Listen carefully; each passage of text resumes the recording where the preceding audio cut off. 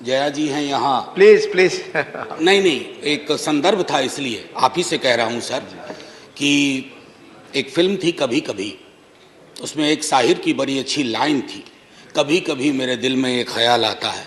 तो बाकी जो आगे है वो नहीं कहूँगा क्योंकि संदर्भ दूसरा है, लेकिन कभी कभी मेरे एक दिल में एक ख्याल आता है कि राजनीतिक जिंदगी में अगर हमारी महामहिम राष्ट्रपति खुद से अपना स्पीच लिखने लगे, अभिभाषण, तो शायद ये स्तुति गान ना होता जो इतने पन्नों का मिला है।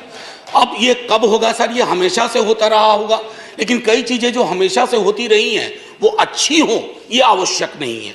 क्यों सर?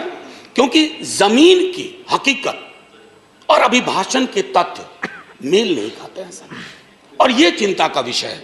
मसलन मैं शुरुआत करूं एक छोटी सी चीज से। पैरा 2 कहता है स्थिर सरकार। अरे समाज अस्थिर है तो स्थिर सरकार का क्या करें? उस ऑर्केस्ट्रा में जाकर के हम भी गाना गाएं? समाज में अस्थिरता के लक्षण जहां चले जाइए, क्षेत्रीय आधार पर, धर्म के आधार पर, जातिगत विषमता के आधार पर इतनी अस्थिरता है और हम स्थिर सरकार का महिमा मंडन करें।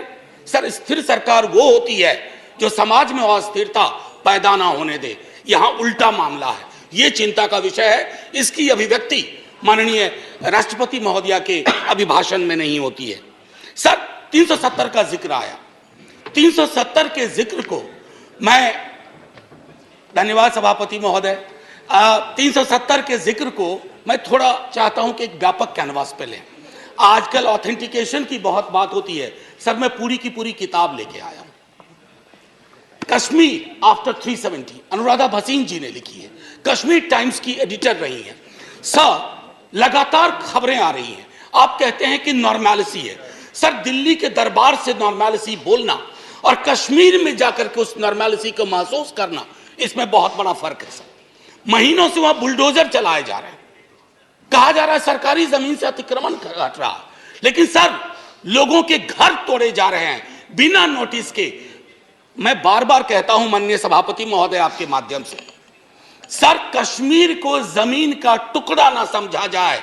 जिंदा लोग बसते हैं, जब तक कश्मीरियों का दिल नहीं जीतोगे कश्मीर का दिल कभी नहीं जीत पाओगे, चाहे आप लाख कोशिश कर लें। सर, भ्रष्टाचार के बारे में भी कहा गया, तो सर मैं तो सोच के आया था कि ऐसी कोई बात ही नहीं बोलूंगा। अचानक आपको देखा और आप आए, बीच में प्रवेश की, देख कहानी याद आई। एक राजा को तोतों का बड़ा शौक था, कारोबारी तोते रखते थे राजा साहब, तोते का बड़ा शौक था। नहीं, आप बताइए, मुझे देखते ही आपको भ्रष्टाचार की क्यों याद आ गई? नहीं सर, भ्रष्टाचार की नहीं, राजा की याद आ गई। इसको क्लैरिफाई कीजिए। सर, राजा की याद आई। We have a distinguished member here from the same fraternity. Sir Raja की याद आई। सर तो कई तोते थे उसके पास, लेकिन अचानक उसका स्नेह एक खास तोते के लिए काफी हो गया। गौतमी प्रवृत्ति का तोता था, तो सबको चांदी और स्टील की कटोरी मिली, उस तोते को कनक कटोरी मिली। और तोते से राजा सलाह बहुत लिया करते थे, और तोता सलाह भी देता था, भूत भी ठीक करता था, भविष्य की बात भी करता था। एक दिन उस तोते के बारे में कोई अनुसंधान आ गया पड़ोस से। उस अनुसंधान के बाद तोता थोड़ा बीमार रहने लगा। अब उस बीमार तोते की वजह से राजा ने भी खाना पीना छोड़ दिया, लेकिन उस तोते का एक और भाई था जो विनोदी स्वभाव का था। अब उसने फूल नाम की एक कंपनी और एक हाँ बैंक हुआ करता था, हाँ बैंक के 48,000 करोड़ उस तोते ने 1303 करोड़ में केमन आइलैंड पे दे दिया। ये प्राचीन काल की बात है सर। तो तोता और राजा की कहानी में पिक्चर अभी बाकी है, शेष अगले अंक में, संभवतः बजट में। सर, राष्ट्रपति के अभिभाषण पर विशुद्ध राजनीतिकरण होता है, राजनीतिकरण होनी भी चाहिए, लेकिन सर 2018 से लेकर अब तक जब अभिभाषण में आप कंटेंट एनालिसिस करो तो 43 बार 2014 का जिक्र होता है। सर, इतना तो 1947 का जिक्र नहीं होता जब हम आजाद हुए थे। 2014, ये कौन से इतिहास की समझ विकसित कर रहे हैं कि 2014 से पूर्व इस देश में अंधेरा था और 24 में अगर कुछ और हो गया तो देश में सन्नाटा हो जाएगा। सर, शून्य और सन्नाटे के बीच में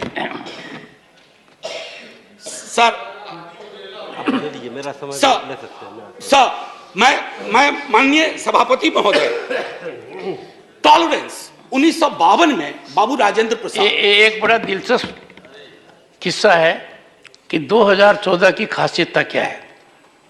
आई was elected to parliament in 89। तो एक second, let's be little decorous. हाँ, be little decorous. These snipe swords should not be there. They don't give any dignity to anyone in the house. So we started a decade in 90s.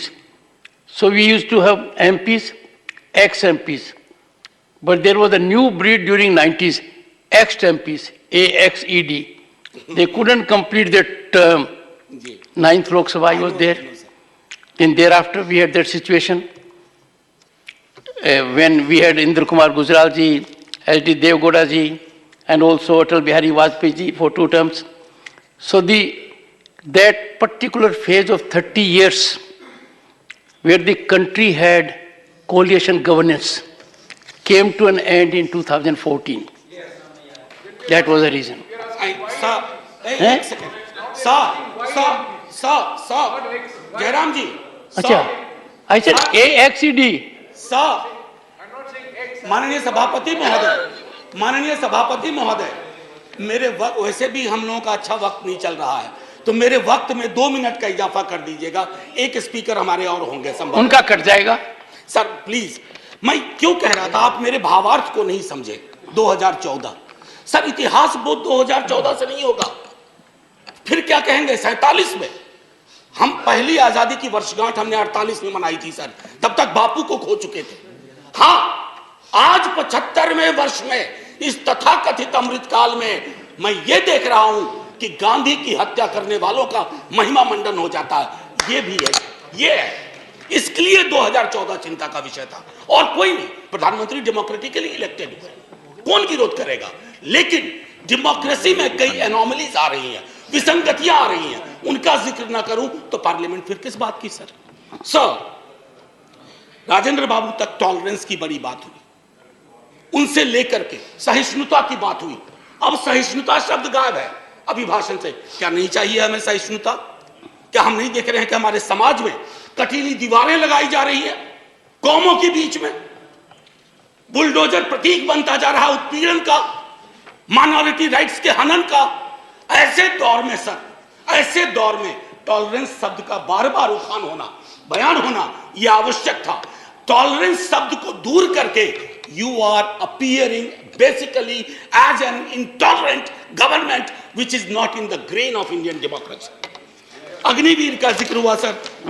Agniveer, कभी युवाओं से पूछिए कि पूरी जिंदगी जो तुम ये तैयारी कर रहे हो सिर्फ 4 वर्ष के लिए। सर हम सब, मैं नौकरी में हूं सर, मैं नौकरी में हूं, इसलिए सामाजिक सुरक्षा पेंशन की गारंटी है सर, गारंटी है। ये कौन सा निजाम कर रहे हैं सर इस देश में? मैं जिक्र नहीं करना चाहता हूं कि ये क्या है। ये तो लॉलीपॉप भी नहीं है, ये जहरीला फल है जो समाज में है। कभी उन युवाओं से पूछिएगा कि उनको ये 4 वर्ष वाले आइडिया का वो क्या सोचते हैं। सर लगातार फॉरेन पॉलिसी पर भी मैं देख रहा हूं अभिभाषण चुप सा होता जा रहा है। फॉरेन पॉलिसी पर बात नहीं होती। सेना की सुप्रीम कमांडर है हमारी राष्ट्रपति जी। सेना के सुप्रीम कमांडर को क्या यह अंदेशा नहीं है कि चाइना के बॉर्डर पर हालात उचित नहीं है? मैं माननीय रक्षा मंत्री के बयानों को सुनता हूं तो चिंता होती है, लेकिन डिनायल है, डिनायल है सरकार की तरफ से। एक पड़ोसी के लिए तो लाल आंख निकाल देते हैं, दूसरे पड़ोसी के नाम पर आप चुप हो जाते हैं। Honorable member, security is a very sensitive subject, and you are a professor. We expect such a subject to be taken up very seriously, and let it not be usual discourse. Go ahead. Sir, I am a student of political science and history. In 1962, when India was at war with China, we had debated that in this parliament. Sir, national security, definition of national security is not the core prerogative of the ruling party. We are equally concerned. और मैं तो कहूंगा कि तराजू उठा लो ना भाई, आविष्कार करवा लो किसके अंदर कितना पेट्रियोटिज्म है, पता चल जाएगा हकीकत क्या है और फसाना क्या है, अफसाना क्या है। ये मैं कहना चाहता था। सर लगातार बीते वर्षों में अगर मैं कहूं फिलिस्तीन का जिक्र हुआ करता था। हमारे सारे वाजपेयी जी के टाइम तक फिलिस्तीन पे चुप हो गए, काहे को? क्या वजह है? क्या हम अपनी विदेश नीति में ये ताकत नहीं पैदा कर सकते कि oppressed community anywhere is our will shall have our concern? कितना बदल गए हम सर। मैं जानता हूं हिंदुस्तान के नजरिए से देखिए, लेकिन हिंदुस्तान की नजर मत बदलवाइए। जो 47 में नींव रखी थी गई थी, उस नींव को मत हिलाइए। उस नींव को हिला दीजिएगा तो पार्लियामेंट की बिल्डिंग भी ढा ढा के गिर जाएगी। ये चिंता का विषय है सर। जुडिशियरी, उसके बारे में भी जिक्र था।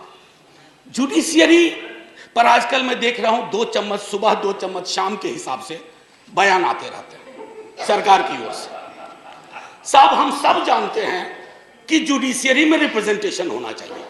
हमारा दल, राष्ट्रीय जनता दल, और हमारे नेता लगातार कहते रहे कि वंचित समाज SC ST OBC का जब तक प्रतिनिधित्व नहीं होगा, न्यायपालिका और न्यायालय दूर रहेंगे हमसे। लेकिन सर, मामला अब बेसिक स्ट्रक्चर पर आ गया और बयान ऐसे आ रहे हैं जिनको न मौलिक की समझ न संरचना की समझ। बेसिक स्ट्रक्चर पर मैं तो और किसी को नहीं कहूंगा, आप आडवाणी जी को देख लीजिए, उनको पढ़ लीजिए, पता चल जाएगा। माननीय प्रेसिडेंट साहिबा के बयान में जातिगत बहुत बातें हुई, SC ST OBC। सर, पूरे देश में एक लहर चल रही है जातिगत जनगणना की। आपके भी लोग अब बोलने लगे हैं, सत्ता पक्ष के। सर, मैं 12वें मिनट पे खत्म कर दूंगा, हालांकि 2 मिनट आपको जोड़ना भी था सर, माफी के साथ। मैं सिर्फ ये कहना चाहूंगा सर कि जातिगत जनगणना के लिए सरकार, आपका कोई नुकसान नहीं होगा। मैं आपको यकीन दिलाता हूं, थोड़ा फायदा होगा। हकीकत देखिए कौन कहां खड़ा है, इसलिए बिहार में हम सर्वेक्षण करवा रहे हैं। प्रेरणा लीजिए ताकि जिनका हक, जो वंचित रहे हैं। अब ब्लास्ट फ्रॉम द पास्ट अक्सर आता है, नाम बदलो नाम बदलो। डेली पार्लियामेंट के बाहर कोई पूछता है, आज वो फलाना का नाम बदल रहा है। मैंने कहा यार, पीस मिल में क्यों करते हो, खुदरा खुदरा कर रहे हो, थोक में करो, थोक में करो। अभी मंत्रिमंडल का विस्तार शायद होगा, एक मंत्रिमंडल बनाओ, नाम बदलो मंत्रालय, एक साथ बैठ करके एक बार में हिसाब कर दो। अरे साहब, नाम बदलने से इतिहास बदलता ना, तो नाम बदलने वाले खुद बदल गए, इतिहास नहीं बदला। हड़प्पा की सभ्यता से लेकर जो कुछ आज तक हुआ इस मुल्क में, वो हमारी धमनियों में है, किसी को कमतर मत दिखाइए। और रही बात मुगलों की, आपके अंदर तो एक बहुत बड़ा मुगल है, वो भी बिल्डिंग बनाने का शौकीन था, अभी बहुत शौकीन है। खैर, एनीवे सर, मैं आखिरी टिप्पणी ये करूंगा आपके समक्ष सर, बिना नाम बताए बता रहा हूं। हम सबल केंद्र चाहते हैं, लेकिन केंद्र की सबलता संविधान से आती है, किसी दल के सत्ता पर एक अधिकार से नहीं आती। यदि केंद्र का व्यवहार न्यायपूर्ण नहीं रहा, यदि दलगत आधार पर प्रदेशों के साथ भेदभाव या पक्षपात किया गया, तो प्रदेशों में केंद्र विरोधी भावनाएं जन्म लेंगी। मैं नहीं सर, अटल जी 74 का भाषण। बस सर, आखिरी, कुछ मित्रों ने इसे अनावश्यक कर्मकांड, यानी इस बहस को कर्मकांड का, मुझे तो यह सारा दृश्य प्रहसन सा प्रतीत होता है। राष्ट्रपति का अभिभाषण ही नहीं, इस पर होने वाली यह चर्चा करने वाला यह सदन, यह संसद कुछ अर्थों में बेमानी, व्यर्थ, जनजीवन से कटा हुआ, मैं नहीं अटल जी, ये हमारे लिए आईना होना चाहिए। सर, आखिरी सर, एक जय हिंद तो बोलने दीजिए सर, जय हिंद बोल देने दीजिए, 2 मिनट मेरा जोड़ना भी है आपको। सर, मैं सिर्फ ये कहूंगा, जय हिंद बोलने से पहले सर, ये अवसर होते हैं, सदन में जितने लोग हैं, मैं सबका शुक्रिया अदा करता हूं, लेकिन लोकतंत्र नहीं बचेगा ना सर, तो सिर्फ अगर तंत्र बच गया तो कुछ बचेगा नहीं। जय हिंद सर, शुक्रिया बहुत बहुत। और आपके मन में कभी कभी ख्याल आता है, वो बाकी चेंबर में बताइए। जी सर।